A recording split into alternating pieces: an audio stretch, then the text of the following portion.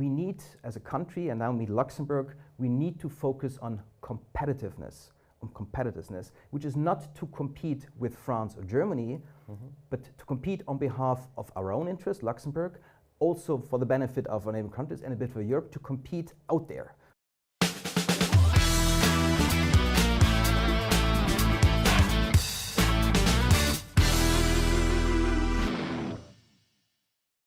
Today, I have the pleasure to welcome in the studio Frank Krings. Welcome. Hi, Jerome.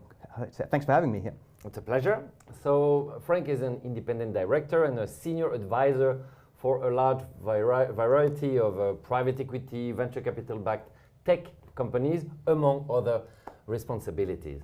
I've met you when you were CEO of Deutsche Bank here in Luxembourg, and I followed you when you became CEO Western Europe of the same firm. And the reason why I invited you is that 2 weeks ago we had the German elections, and I feel you're one of the most knowledgeable person in the country to share with us the impact, the potential impact, especially for Luxembourg. So maybe can we start, could you remind everyone of the relationships between Luxembourg, Germany and France? Thanks for having me again. And question, students may ask, why do you actually invite me beyond the fact that we know each other? I happen to carry two nationalities, the German and the French nationality, so I dare say that I may have perspective from both ends. The relationship between Luxembourg and its neighbors, symbiotic, I think is the key word, symbiotic. No one can change and no one wants to change geography, and no one can and want to change history. So looking at those relationships as symbiotic is important. Any symbiosis, it needs both partners. Both partners need to benefit from that relationship. Otherwise, the whole thing, like in an animal kingdom, will break apart at some point. Let's look at Luxembourg. And while there is mutual benefits, there's also mutual dependencies that are critical to understand. Take energy. Luxembourg is a net energy importer. 80% of its energy is imported, give or take. Now it's 77. 77, but give or take. Slowly going down. Slowly going down, right? Give or take. Not to say that all that energy comes from Germany or comes necessarily from France. Of course, Belgium is also a neighbor, or is produced there, but either it's produced there or it passes through those countries through the networks. But just for the number, I checked it recently, from the 77%, I think 92% is coming from Germany. Yeah, it's an important part. Although Germany itself, as everyone know or might know, has currently certain challenges when it comes to its own long-term infrastructure when it comes to energy. Take another area. Take labor. Labor. We have 525,000 paid jobs in Luxembourg, roughly. We have every day, that's the daily import. The daily import is 230,000 people that come to the country, 35,000. So 45% of the daily import of a labor force into Luxembourg comes from the neighboring countries, 3/4 of which from France or Germany, right? There's another quarter coming from Belgium. If you then, according to Static, deduct the 75,000 people in the service public that we have, you would see that more than half of the private sector workforce is imported on a daily basis. Yes.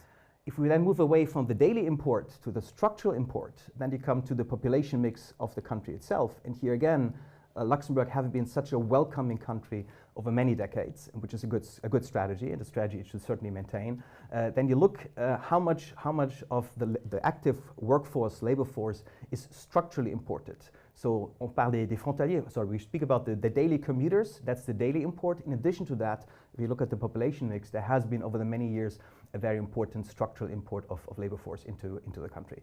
So very symbiotic, those relationships. One has to look at issues, be it in the political, in the economic context, cultural infrastructure, always from both sides, right? You may find voices in the neighboring countries that envy Luxembourg for what it has, for the GDP per capita, for the salaries that are being paid, for the various benefits.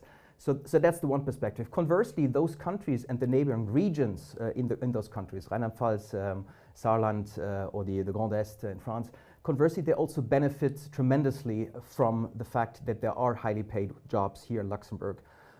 Conversely, in Luxembourg, sometimes you hear the criticism, well, the people, they earn their money here, but then they spend it in France or Germany. Well, first of all, they get taxed here to start with, right? So that pays the infrastructure for everyone that's here, but then they go back. So my observation, and that's back to the question, but also the wish is for people to look at those relationships as symbiotic, which requires both partners to benefit. At the same time, whenever there's an issue that arises in those relationships, to look at the issue from both sides. Yeah, and there's another dimension, which is history. Yeah. Maybe some people know that, France had a long history. At one stage, Luxembourg was part of France. We talk about Napoleon times. When Minette was found near Esch, maybe people don't know, the country was it was very small at the time. Germany financed the investment required to become a steel giant. So it's long-term relationships through centuries that take us here. And then we have in the 70s the birth of the financial industry. There was a little start in 1929, but the real start was in the 70s when German banks came to Luxembourg. Correct. There was an important difference, delta, some say arbitrage, in the way certain aspects of banking were treated from a regulatory perspective. Regulatory, not fiscal, that's important. And that made a lot of German banks come to Luxembourg and set up shop here. Back to history, there's also, because the question was not only economic but also political, and by the way legal as the underpinning, the legal framework. What is interesting to look at Luxembourg and to look at its legal tradition, a lot of the legal tradition of the country is inspired by the Western neighbor, that is France. Right? Also the way laws are written, that is where France and the French language and sort of esprit dominates. Conversely, when you look at the political tradition, it's actually a German model that has a lot more similarity. Working in coalition, working in teams, working on a system where it's not about the winner takes it all, that is very much a German, also a Swiss or other neighbors tradition. So again, for Luxembourgers to understand, it's not one or the other in the core fabric of the country, but there's positive inspiration from both sides. Yeah. So now let's talk a bit about Europe. We know that the French-Germany couple is extremely central in Europe as a whole. We saw Macron last year lose a lot of power and influence during his election, and now we saw Alice Weidel soar to 22% 2 weeks ago. Which kind of impact do you anticipate, possible impact for Luxembourg?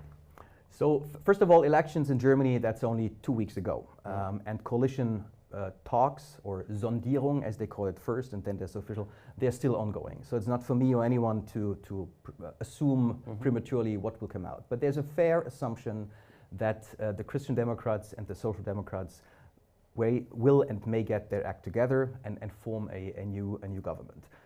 What we do sense in the country is the sense of urgency to get things done. That doing while appreciating that with the electoral outcome we saw 2 weeks ago, the country, Germany, like many other countries in Europe, has turned to more conservative, to more right. And one has to appreciate the reasons for that. So once again, too early to say how will the government in Germany look like, but there are parallels on both sides of the equation, right? Both sides of the borders, not the equation. That is Germany and France. And in both we have seen a move from the center to the, I would say the outer ends, not the extremes. Some say the extremes, but so the outer ends. And appreciating that tendency. And by the way, these two countries are not alone, right? Luxembourg, for the time being, is the only country that has maintained its stable majority, really in the core center of the political spectrum, and that is a good thing to have. For sure. Yes. When we look at the economy, it's true the numbers are spectacular. We see the industrial force of Germany far in front even of France. So do you feel that after the Nord Stream pipeline was broken, that Germans feel their economy is suffering because of Europe? Or how do you analyze this vote, which is, I don't remember how much AfD took, but it's like at least 11 points in a few years. Yeah. So first of all, some may disagree when they say today, at today's juncture, the German economy is far ahead of the rest of the world. I think one of the two key topics in the past elections was the economy and the state of the economy.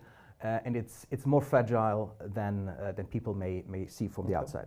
The second topic that dominated the action campaign was immigration, the question of immigration into the country, into Europe. So these two themes, and both historically have been conservative themes.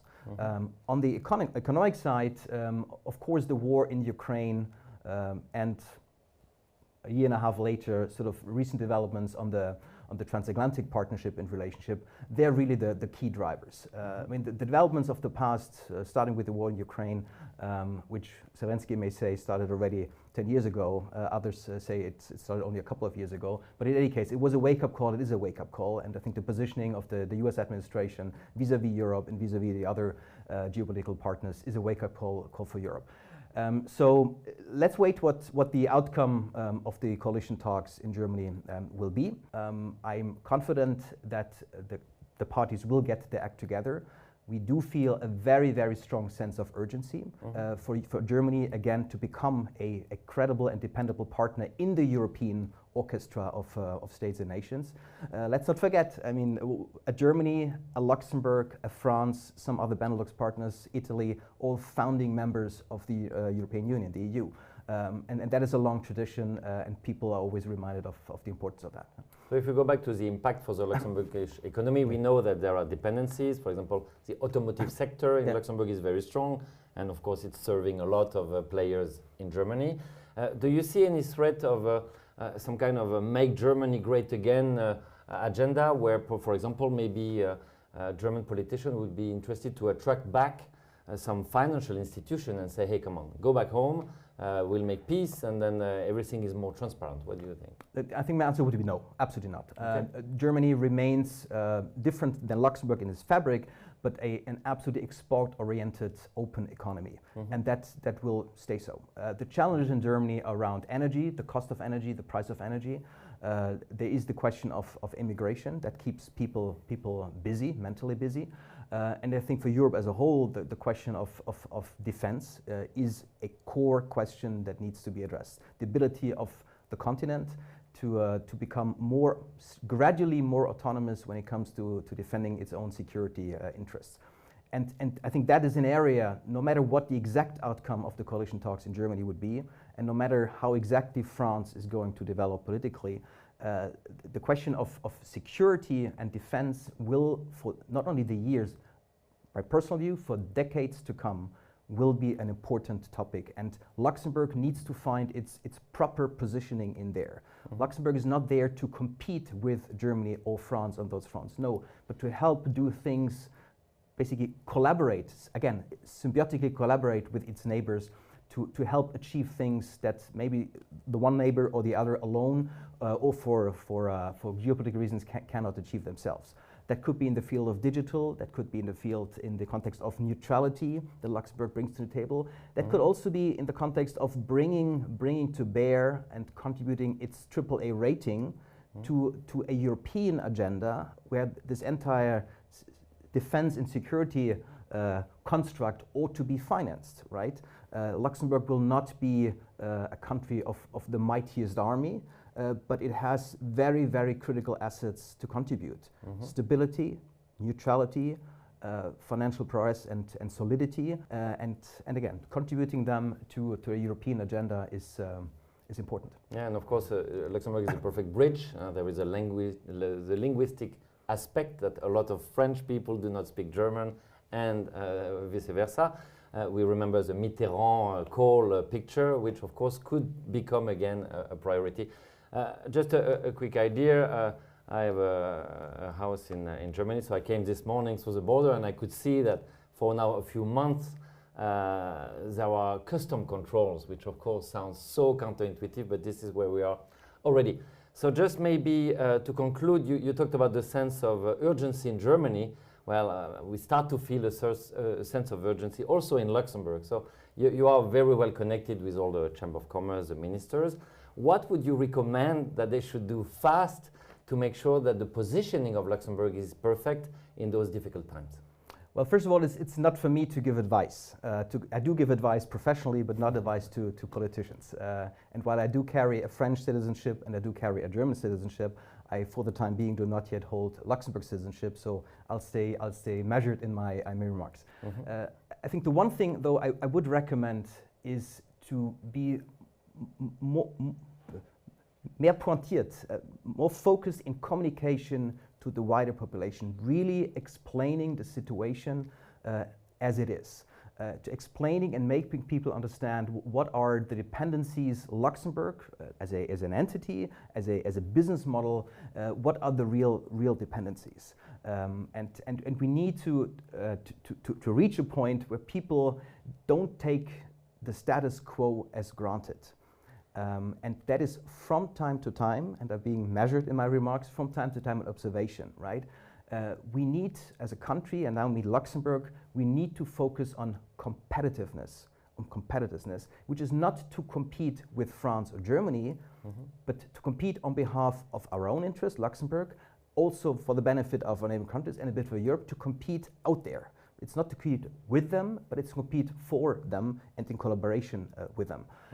And that, I think there are two areas that really come to mind. I believe the country, while certain things work quite well, we're still, and we can speak for the financial sector or others, we're still underinvested in technology. And that is sometimes a difficult conversation to have, because some of that technology will replace existing manual jobs. And that is a conversation some shy away from. But I think we have to face it, because others will invest in technology. Others mean other countries. And if we miss la bifurcation, if you miss die richtige Weiche an der Stelle, then it could get difficult. And it could also mean, back to competitive, so technology is one, and the other one is just the labor input. Working less is not a strategy.